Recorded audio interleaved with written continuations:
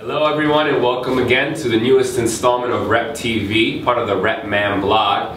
My name is Paul Merchan. I'll be your co-host for today. Next to me is RepMan Steve Cody, and we have two special guests today. So we're going to be talking about something that is a critical point within the public relations and communications industry today, which is based on an article that came out recently that talked about PR being a pink ghetto, and then Steve saying that it's a pink metropolis. I saw it more as a metropolis. As a metropolis. Ghetto, yes. We're going to get into that semantics right now. But over to my left is Nick Gilyard. He was actually one of our guests recently in the RepTV. He's an associate here at Peppercommers. And then over to our right is Samantha Bruno, an account executive at Peppercommers. So we're going to get their take on this topic. But I'll launch it off to Steve, since you wrote the blog post on RepMan blog about the pink metropolis and responding to the whole pink ghetto issue. What happened? What were your thoughts on that? Well, thank you for that introduction. Yeah. And RepTV is part of a vast array of Rep-branded merchandising and licensing logos. This is RepTV. That's right. So Ann Friedman wrote an article in New York Magazine that was entitled, "Why Do We Treat PR Like a PR Ghetto?" And she said that for the most part, most serious journalists consider the lower ranks of PR to be completely dominated by young white women, and the media tend to portray these women as bubblegum chewing, party planning airheads.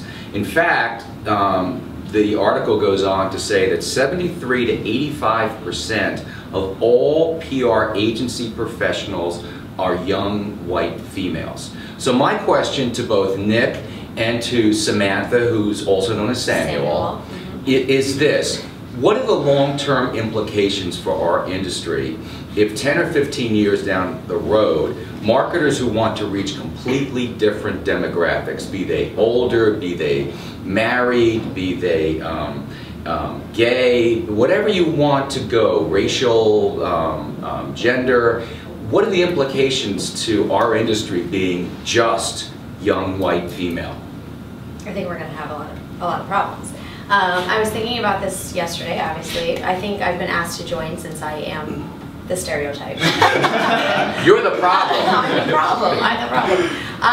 I was thinking that the way that it's portrayed in the media, I think it's just the sexy way to portray it. Who wants to watch a movie where young white females are writing annual reports or executive speeches? It just doesn't have that same ring as throwing VIP parties for different clients or celebrities. I was also thinking that when I was in college, I went to Rutgers, I went to their School of Communication, and it almost shocked me when I entered the workforce that there was PR for financial services, industrial, professional, because that just, I worked on projects for Unilever and Target, and the BP oil spill happened when I was in college, so that was like the big crisis PR. And then I came into the industry and I was like, wait, not just like big consumer companies use PR. And I think that there's not a push for that when you are in school. But on the flip side, there are other industries that are predominantly male, finance, engineering. But I think that they've made more of a push to diversify. You look at the STEM programs. STEM programs, exactly. There's when I was at Rutgers, there was a specific dorm that had 4 females who were studying STEM, who had live-in tutors, a library in there, a print lab. Everything was in there to kind of set them up for success. There's specific scholarships. Then I looked on the communication side, and there's almost no focus at all for diversifying anything. And I think I probably had a handful of males in all of my PR classes. Right, okay, so thank you. So you're basically pointing the finger at colleges and universities, if I understand what you're saying. I think that it's probably the start of changing the mindset in college. Okay, Nick, you represent, if I get this correct, 3 separate minorities. People of color, men, and well-dressed men. Thank you. Do you agree that the problem begins at the college and university level? And if so, how do we change that? I think that's part of the problem. I don't think in my experience that was, that I didn't have the same experience that Sam had. I think at our school I did know that there were more than just like one type of PR. And our professors did a really good job teaching us about those. For me, it's more of a at the agency level. I think recruitment, not many agencies, if any, have like a diversity specialist like who's trying to recruit from a diverse community, and I think that's a large part of the problem. And I think also in our profession, especially for entry-level positions, it's more of a who's who, like who do you know network type thing. So a lot of people that are getting these entry-level positions, it's because they were recommended by someone higher up in the agency or the company, or it's like a friend of a friend type thing. For, nepotism. Right. Go ahead, Paul. So the concept of ghetto, do you agree with that concept? Is that what you're saying, that we're suffering from a problem that we could call a pink ghetto? That's hard. I don't want to label it a ghetto. Well, I mean, it's funny because that word also has connotations behind it, right? It's racially charged already. So what do you think? And see, for me, it's I will add a fifth minority to Steve's flattering four that I belong to. I also am part of the LGBT community. So that was something, I think when I was reading the article, she didn't really mention, and then I read all the comments, and then even the comments on your blog that nobody mentioned. And I think sort of when you think about PR and you are thinking about the stereotype of like the ditzy sorority girl, you're also thinking of, oh, well, there's also a lot of gay men in PR. But even when I moved to New York, and so I was looking for different public relations societies to join, and there's like Black Public Relations Society of New York that has maybe 100 members and hasn't been active since like 2012. There's one LinkedIn group for gay public relations associates, and that was started in 2011, has 60 members, hasn't been active since. Wow. So I think... So who's to blame for that? It would have to be, for me, I would say the agencies or the people that are running the different communications companies, because it has to start at the top, right? Right. Okay, I'm sorry to interrupt. So what should our industry leaders do to turn around what I think is a huge problem that's going to be even bigger 10 or 15 years down the road? Because I do think marketers will choose other industries, like advertising is making an active push, a very active push to become more diverse. We're not doing a thing. Yeah, it's hard. I mean, I do think that it comes down a little bit to the recruiting level. I know I sit on the intern committee here at Peppercommers, and oftentimes I think we have this mindset where we're almost trying to replicate the same type of employee over and over again, because we find a system that works, a way of thinking that works. You know, and even when you go into interviews, if there's obviously communication, both verbal and written, is a huge part of what we do.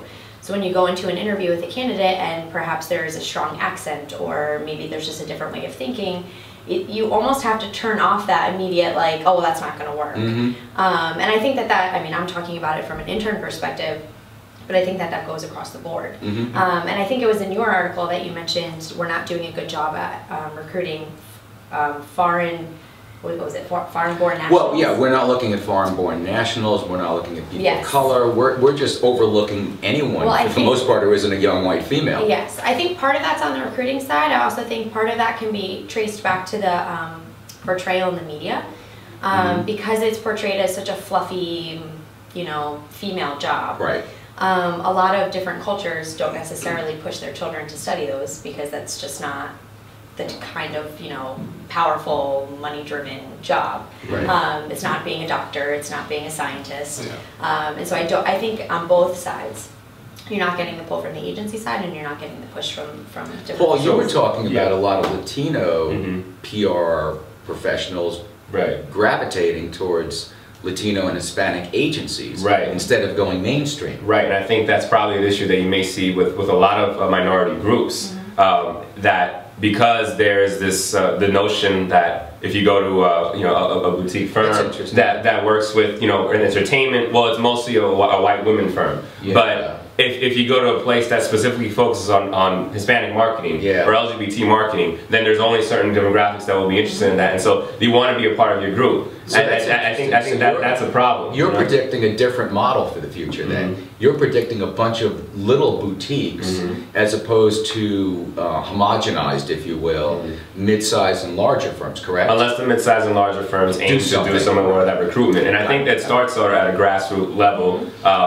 Little things within an agency to help do that. I think some of your points, Samantha, were good. Were you going to say something, Nick? Yeah, I was going to say, to give an example of that already happening, McDonald's started working with Burrell Communications, I think, like 20, 30 years ago. And they do all their communications for like their marketing that's targeted at African American consumers through them, and that's a firm that's run by African Americans, and the majority of the people that work there are African American. And then MWW acquired a LGBT focused marketing firm, you know, to like better their efforts. So I think part of it will be agencies starting to either acquire these smaller firms that already have this niche marketing, or everyone outsourcing their targeted marketing to those firms. And it strikes me, and we need to wrap up fairly quickly, that, is it Samuel or Samantha?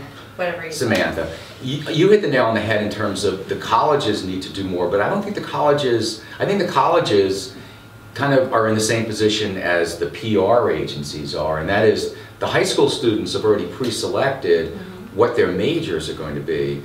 So it strikes me, and I would love to hear your opinions, that maybe the PR industry needs to do something at the high school level to reposition amongst juniors and seniors all the different opportunities in PR.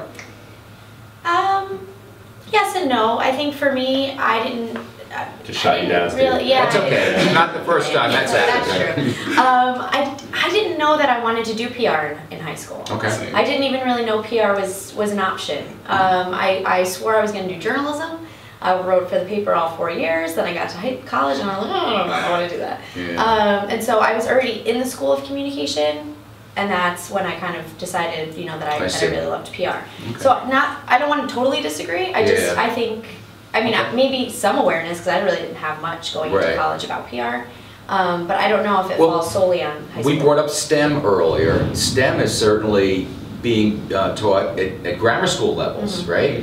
Big push for science and technology and engineering at the high grammar school levels. What about PR? I'd say to that point, for internships for those kind of jobs, right? A lot of them pay well. The internships pay well, so you can afford to relocate to one of the cities to intern for one of those companies. With communication, you find that a lot of our internships don't pay. Except for Peppercommers. Except for MWW doesn't pay. Put in that plug. I like that.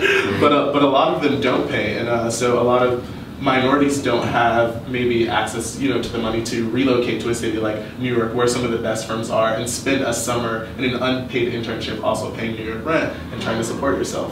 So I think that's also a problem.